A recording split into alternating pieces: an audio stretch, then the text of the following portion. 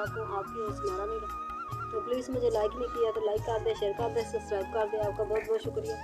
तो आए ये बैंगन है और बैंगन आलू है, ये कड़ी पकौड़ा है, तो ये कद्दू है और ये खजूरें हैं और माशाल्लाह ये देखें, और ये पकौड़े हैं और चिप्स भी हैं, साथ में पकौड़े भी हैं और रोटी भी है और मीठा पानी भी है।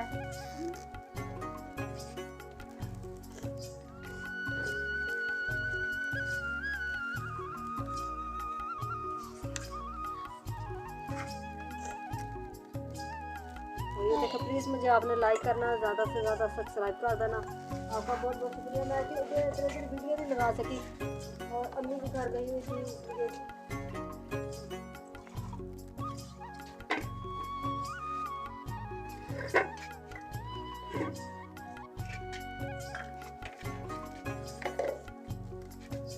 तो ये देखो, साथ में मीठा पानी भी है। आए तो माशाल्लाह, आए रूह अफ़ज़ा की है ये, तो माशाल्लाह आए जिसने रोज़ा खोलना है तो मेरे साथ आ जाए।